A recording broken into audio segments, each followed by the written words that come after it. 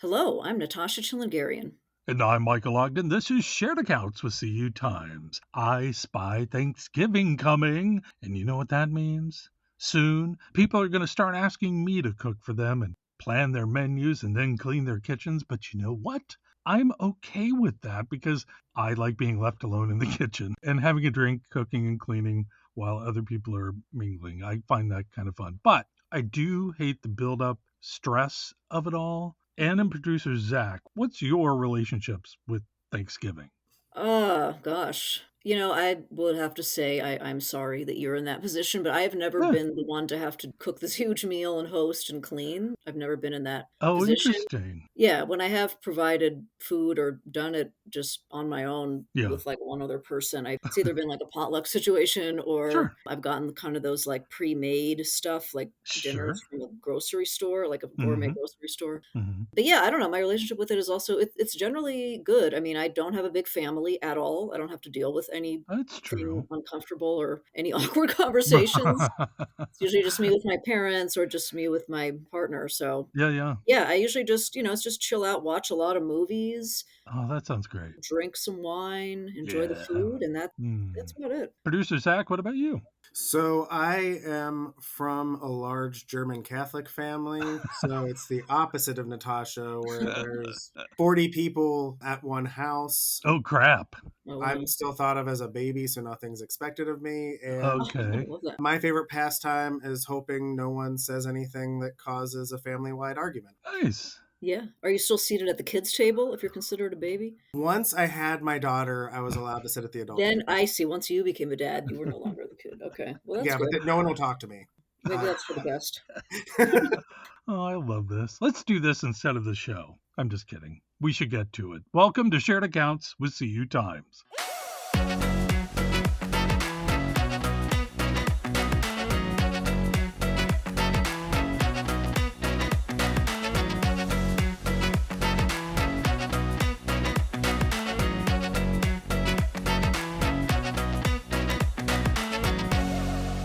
Coming up, we're talking with Kevin Brauer. He is president and CEO of Affinity Federal Credit Union out in New Jersey. Kevin, Natasha, and I had a really great and blunt discussion about leadership and changes happening in the credit union space, not only covering his 3-decade credit union career, but with new challenges of leading through digital shifts, member retention issues, and growing regulatory worries. That's coming up. You do not want to miss this conversation, though.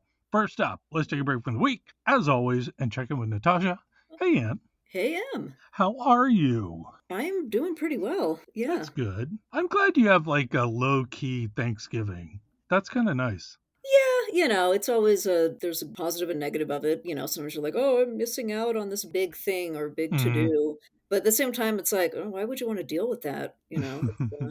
Sometimes I miss, growing up in Arkansas, big, big, big family there. And not Catholic German, not like producer Zach's, but just Southern Baptist. And so it was a huge, 40 plus people Right. Yeah. thing. And I just, as a kid and then going into college and all of that, I just remember being so hot. I'm like, this is I'm too many sure. people in one house. Oh, I'm That's sure. my thought. Hot there even in, yeah, late November. You know what? We should share some recipes on We here. should, yeah, and I actually Mm, have kind of a funny story about that just came to mind, if I can sure. share really quick. So, I was thinking back again, well, how have I spent Thanksgivings? There was a period when I was living, like, away from home. This is back when I lived in Louisiana for about a year, and I was working at their Right. local newspaper. So, since I didn't have any family there, I was always asked to, like, to work those days, which was fine because it was like, "Okay, it's something to Hmm. do." So first I would have to, like, go to the mall at, like, 4 AM for the Black Friday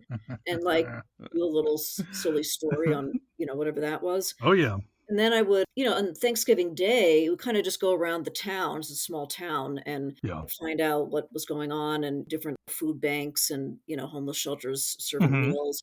And it would get to, like, eat, and then we would go to, like, different families' houses because everyone was really nice and welcoming. So I remember I Oh, would go to all these different dinners. But the funny part of it is, so when I worked at this newspaper, part of my job was writing for the food section. So I would actually Uh-huh. put in recipes. And I put in a recipe for, it was like stuffed acorn squash, was something I guess my mom had made a few years back, like kind of a Okay. fall theme side dish. And I remember like some people were just like, I guess it just didn't resonate with their culture there. They're like, huh, what is this? Like what, acorns? Like what?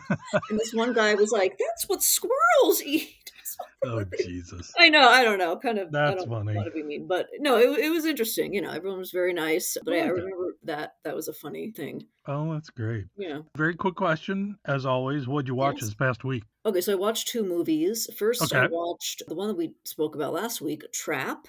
Oh, right. And what'd you think? I didn't think it was that bad. However, I felt like was I felt like the whole time I was waiting for some kind of like a major twist. I'm like, Yeah, okay, what's going to be the twist? And right. then it just like never really happened. And then I did a little more reading about the movie and I realized, oh, this is just like a big old nepotism Yeah, movie because a the little guy's bit. daughter was it was just a Lady prop Raven. singing career, Mhm. right? Yeah. I will say my brother, Shannon Ogden, I've talked about him, he's that news anchor on Denver, Right. and he watched this the other night. He gets home from the news around 11:30 or so, and he watched it when he got home, and he didn't know anything about it, never saw the trailer, and he was like, "Oh, that was fun." And so I think the less you knew about the movie, the more fun it was for people, Yeah, I because think. the trailer kinda gave away the whole Oh, gave main everything plot. away. Yeah, anyway. Oh, that's And good. then just really quickly, the second one I watched, I believe it's also one that you watched recently and that you liked. However, I just couldn't I don't know, it didn't work for me. It was that movie, It's What's Inside on Netflix about the Oh,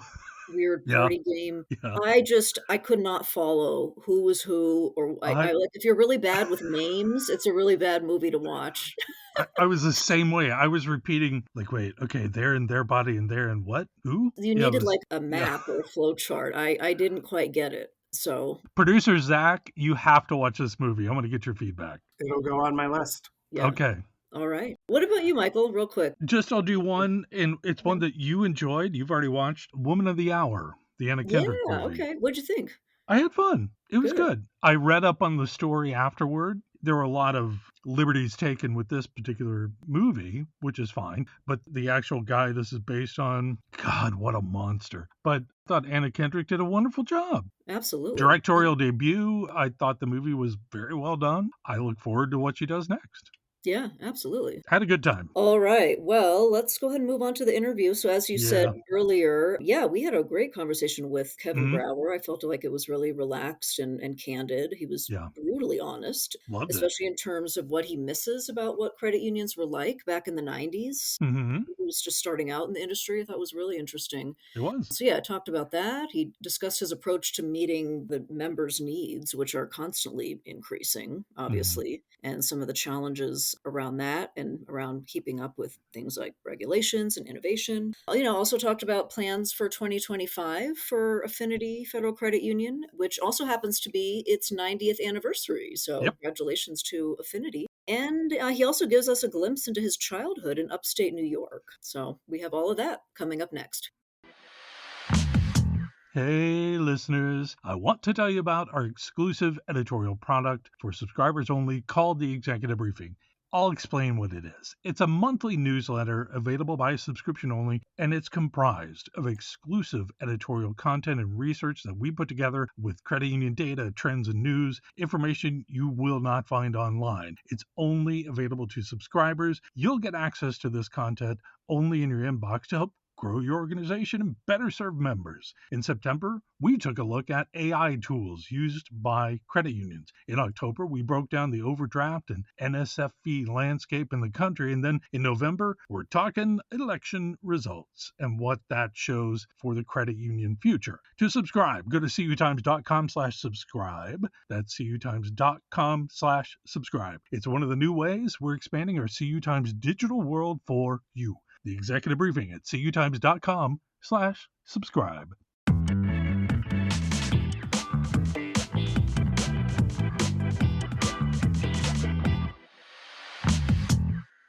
Joining us in the virtual studio today is Kevin Brauer, President and CEO of Affinity Federal Credit Union over in Basking Ridge, New Jersey. Hey, Kevin, welcome to Shared Accounts. I'm so excited to join you. Love to have you. Thanks, Kevin. All right. So today we're going to be talking about a credit union industry that is changing very quickly, obviously. And we wanted to get your perspective on a number of things related to that. But just to start us off here, can you tell us a little bit about first how long you've been involved in the credit union space? And then also just a quick overview of your professional background. Oh, sure, I'd be happy to. I've been so fortunate to work for and with credit unions, now celebrating 34 years of service in the credit union space this month. Wow. Yeah, it's a good long time. I always tell people that I started when I was 10.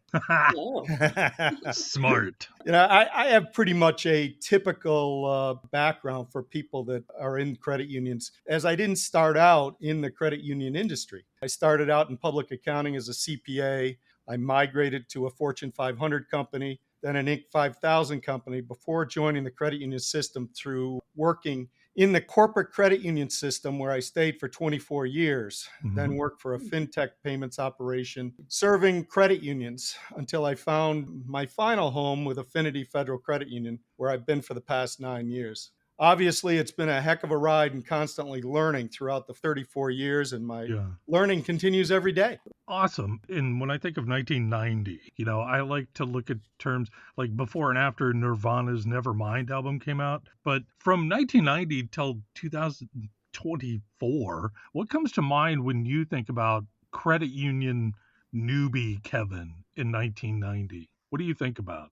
Well, you bring up a great album Yeah. and the hit song Come As You Are. Hmm. I entered credit union land in 1990, as you said, when there were about 15,000 credit unions of all sizes. Yeah. The credit unions in 1990 and prior were so collaborative and willing to share ideas with one another, truly a cooperative movement, Mm. as they were there for one another with limited concerns over competition from one another. Yeah. I really miss that closeness among the credit unions. As hmm. consolidation has occurred, there has been an increase in the credit union competition and a decrease in sharing within the cooperative movement. Fortunately, it's not completely gone, Okay. but certainly not what it once was. As many people will refer to it today, there's co-opetition. Sure. So it's important that credit unions don't forget why they were originally created. And we need to continue to exhibit those characteristics of people helping people in everything we do and offer in the marketplace. Absolutely. And if I can, I'd like to ask a follow up on that. Why do you think it was more cooperative back then? I just think that it was the way the size of the credit unions in the various industries they were all serving, it made it a less competition amongst each other. And Hmm. now, as you have various credit unions in various communities trying to seek out the same group of members, it makes for competition and a little less sharing because you don't want to give away what you're working on or what you're having success with. Right. And on the flip side of that, so that's what you miss. Is there something you're glad doesn't exist anymore than you saw in 1990? Yeah, well, as you can imagine, back in 1990, there was a ton of manual work that still existed. I'm Hmm. so glad that computers and technology have allowed data collection and data driven decision making. Yeah. This digital transformation was really just starting. And obviously, we still are in the mode of keeping it active today. Yeah. Digital has allowed our credit unions to spend more time on the things that are important to the members and allow us to have our team members helping with their overall member well being. Absolutely. All right. Well, thanks for the honesty about that. I love that answer. Just continuing our, on the topic of changes. Obviously, there's been a lot of retirements in the credit union industry in recent years, and people of younger generations kind of moving up into higher positions, even into CEO positions. You're seeing like some millennial CEOs now. So I just wanted to ask you, as someone who was an SVP, a COO, a CFO yourself, do you have any observations about how leadership might be changing with this younger group rising up the ranks? Well, Natasha, I've been so fortunate in my career to wear so many different hats in the organizations I was with. When I started, there was much more of a top down approach to management, which fortunately has changed over the years to where we now see much more of a servant leadership approach, which Hmm. is much more successful with these generations that are coming in. These younger generations are entering the workplace, are very intelligent and obviously very technically savvy. So now it's a matter of leaders like myself to provide coaching and remove the barriers for the new generations to be successful. Hmm. I think it's important for all leadership to learn what makes these new generations tick and adjust our leadership style to assist the generations of the future to be successful. But there's another important thing that I think we all need to recognize, and that is we need to learn from these younger generations, as learning is obviously a two-way street. Hmm. So, what are you learning, if I could ask? I think that the fact that they come in with so many new ideas and understand the generations that they're growing up in, they come in with great ideas Hmm. on how to reach out to the generations, how to serve the generations, how to develop communications to the generations. It really is an opportunity for us to learn from them and use their expertise as we grow our organizations. I appreciate your openness on this because another perspective of yours that we were very interested in has to do with leadership in a time when, like you were mentioning, smaller credit unions, they are under pressure to invest in digital and other things to keep up. What are you viewing in this space? There's absolutely no doubt that credit unions, basically of almost any size, are struggling to keep up with the investments in digital Uh-huh. so that we can be considered the best of breed from that perspective. Hmm. I mean, it's obvious the largest financial institutions are spending, in most cases, more than the asset size of most credit unions Yeah, on the digital race. I mean, it's crazy. it is. It is. Credit unions basically are left to seek digital partners or be collaborative through the use of QSOs to share the cost of digital to answer the member expectations. As we take a look, though, member expectation, the credit union's ability to afford technology is probably going to drive what can be offered and when.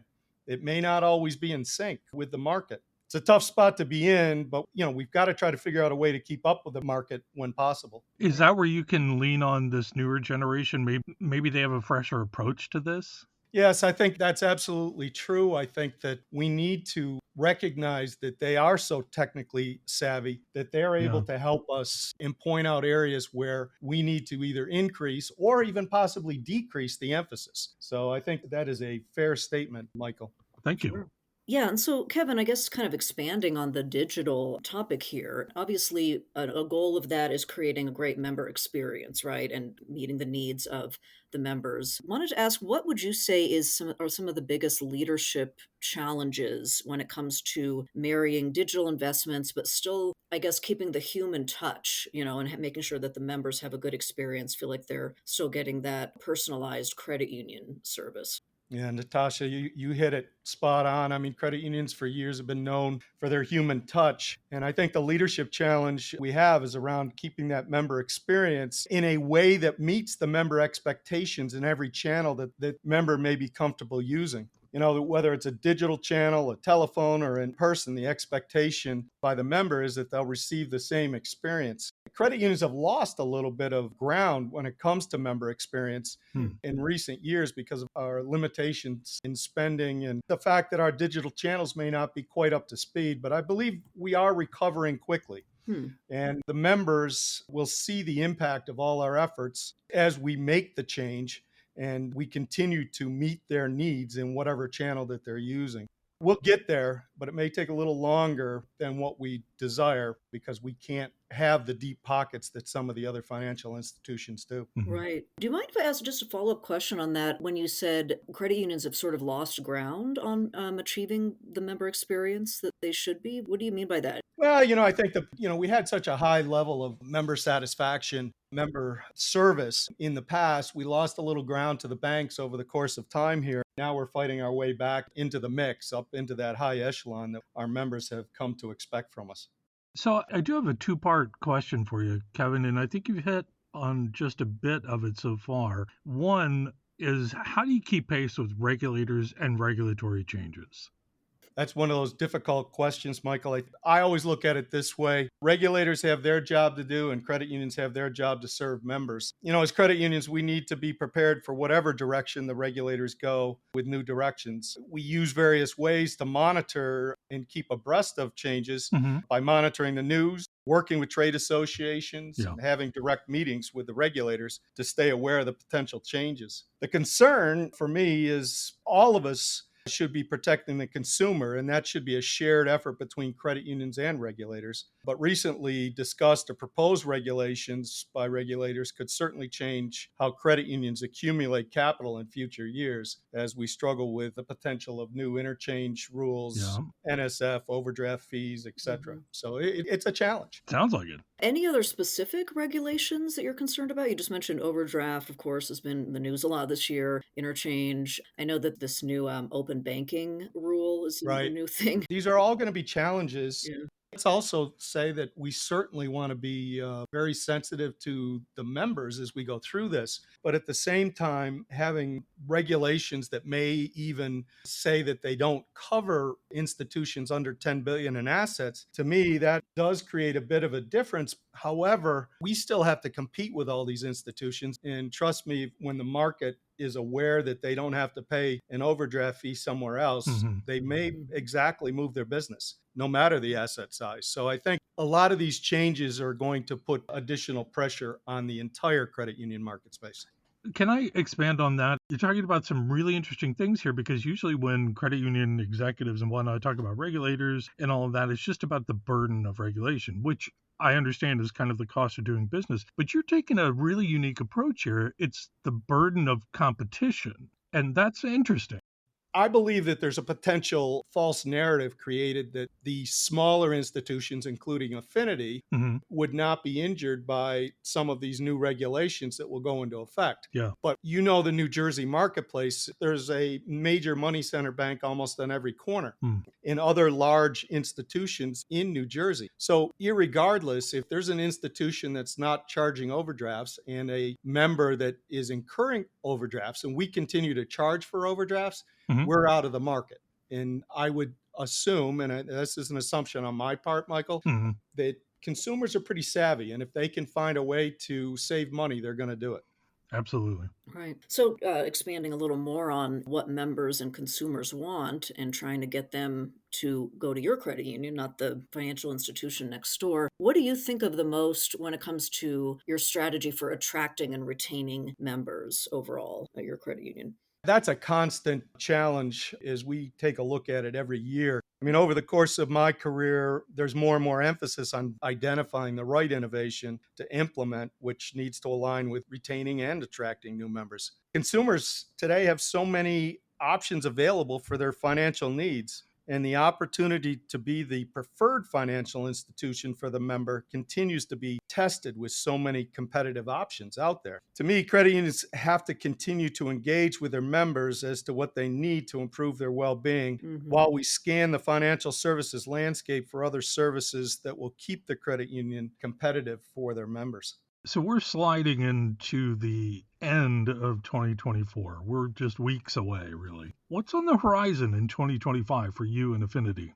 Well, we're really excited about 2025, Michael. Okay. We're headed into our 90th year of serving members in 2025. Oh, congratulations. Yeah, we're very, very excited. But at the same time, it's never been more difficult in the financial services business because the pace of change has never been greater. And obviously, the expectation of our members has never been higher. But we do see an opportunity for our organization in 2025 as we continue to concentrate on our digital transformation, looking to become more efficient and obviously innovative for our members. We also have a big emphasis on trust, and that trust is a critical component of our relationship with our members.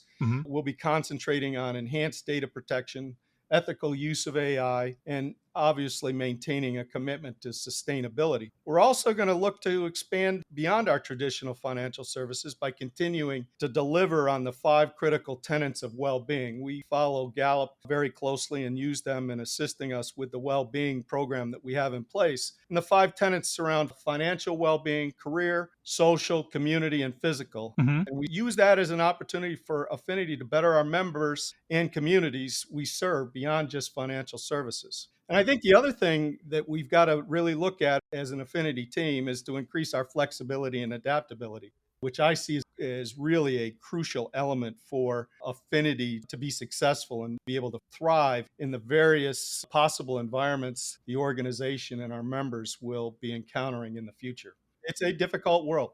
Yeah, and you seem, though, I'm listening to everything you're saying here, and it does seem like, though, you have a pretty bright outlook. Well, I think there's always room for optimism, Michael. I think we feel good about what we're doing, and we feel that the relationship we have with our members is very close. And so Yeah, yeah. we do feel optimistic about the future. We also do recognize that our members are suffering as well. Like many credit unions, had increases in delinquency and so forth. Our Gallup surveys are done monthly, Hmm. segments of our membership, and we actually have about 17% of our members that are food insecure. So Oh, we wow. certainly are doing everything we can to help our membership at all different levels. Bravo. Right. Yeah, I love that positive attitude and also what you said about just being flexible, being able to pivot when needed, I'm sure is really critical. It is, absolutely. Okay, so just one more question before we move on to part two. I know we just looked ahead. The last question, wanted to look back again here. So thinking back to 1990, I guess that was I was just calculating in my head. I'm like, was that 25 years ago? No, I think it was 35 years ago, right? It'll be 35 and 25. Yep. Right. So thinking back to yourself in 1990, if you can, looking now at where you are today, back then, did you think this is where you would end up? How does it look different, I guess, compared to maybe what your goals might have been back then or where you saw yourself? I think back then, starting a family and everything else, Hmm. you were really concentrating on that side of it. But I was really in 1990 searching for a career, not just a job like I had with some of the other previous positions. Hmm. Once I got to credit unions and developed a more complete understanding of the true credit union mission, people helping people, I kind of knew I found my career and my passion at the same time. Nice. Great. From that point on, I knew I could make a difference in this industry, but of course, never dreamed I would have the opportunity to lead such a tremendous team of professionals today, Yeah. trying to make that difference in our members' lives and the communities we serve. It's just been such a wonderful opportunity presented to me that back in 1990, I would have never guessed I would have that kind of opportunity. Okay, no, we love that. All right, let's go ahead and move on to part two. And this is the fun part because it is all about you, Kevin. Oh, Are you ready? I'm ready. Okay, so first off, just tell us a little bit about where you're from. What's your hometown? I was born and raised in a small town called Gasport, New York, which is north of Buffalo. I went to college at Niagara University in Niagara Hmm. Falls, and I had my first job in Buffalo. So most of the first part of my life was spent in Western New York. How do you get north of Buffalo? I've been to Buffalo. We were about 45 minutes outside of Buffalo, north of Buffalo, believe it or Oh my not. We were in gosh. Lake Ontario. Yeah. We actually were along the Erie Canal. Okay. Follow-up question. Just now knowing this, because honestly, we did not know this. What did it take to get a snow day in school up there? South of Buffalo actually gets more snow, but we did have our fair share of snow. But Hmm. believe it or not, it was tough to get snow days there because people were used to the snow. Sure. The biggest transition I had to make was when I came to Affinity, Hmm. and there'd be snow in the air, and the organization was talking about shutting down for the day. I just couldn't believe that we had a trace of snow, and they were Yeah. talking about Oh, yeah. closing our branches. Yeah. Yeah. Perspective. Oh, yeah. I love those. That's great. Differences there. I'm from Portland, Oregon, and that's the same way there. You'd probably laugh at everyone there, just attempting to drive and sliding around and the total cluelessness. It's very interesting to see. So, Yeah, it definitely different parts of the country certainly present different challenges. Oh, Let's put yeah. it that way. absolutely. So, as a kid, just north of Buffalo, what was your favorite childhood game to play? Board game, outside, whatever. Yeah, I mean, obviously, I was from that generation that from morning until night, when I wasn't in school, I was outside, right? So Yeah. there wasn't a pickup game of football, basketball, or baseball that I'd want to miss. Oh, nice. Certainly. Obviously, when the snow was heavy, a good game of Yahtzee was always available. Oh, good call. Yahtzee, it's a good math game when you really It's break a it good, down. great game. Yeah. Yeah, I forgot about that one. That's a good one. All right, Kevin, kind of a random one. Who is the most famous non credit union person you've ever met? It actually was while I was working with credit unions. We were supporting Buffalo Bills quarterback Jim Kelly's foundation in honor of his Ooh. son that passed away. So Yeah. several times I got to interact with Jim Kelly during those activities. He was retired at the time, Hmm. but it was absolutely awesome listening to his stories about the locker room and the Yeah. games and so forth. A tremendous individual. Jim Great. Kelly. That's a great poll. I haven't heard his name in so many years, so that's a fun one. Okay, back to childhood. What was the first album you ever bought or remember listening to? Yeah, I had to think about this one. When you really break it down, way back when, I believe that the first album I bought was the Eagles' Hotel California. Yeah. Fantastic. If you can, just the Hotel California. And of course, the one that really gets me is Life in the Fast Lane, right? Great Mhm. song. Oh my gosh. You hear it today and it just blows you away. Well, I just have Yep. to say for the record, I think this is the first interview where I have been like, "Yeah," when they said this favorite song, the first album. Michael is more of our music person in the group Yeah. here. I like some music, obviously, but Hotel California, it's probably one of my top favorite songs. Yeah. It was just an unbelievable album. It still is. I've listened to it Mhm. recently. It's great. Yeah. Incredible. Okay. All right. Final question here today, Kevin. We ask all our guests this to close things out. What was the last movie you watched? Well, I'll be honest with you. I'm not a huge movie watcher. Okay. Yeah. The last couple movies that I've watched were Oppenheimer and Blackberry. Okay. I really like movies with history or insight Yeah. into the thought processes hmm that go behind some of the people in the movie. What do you think of Blackberry?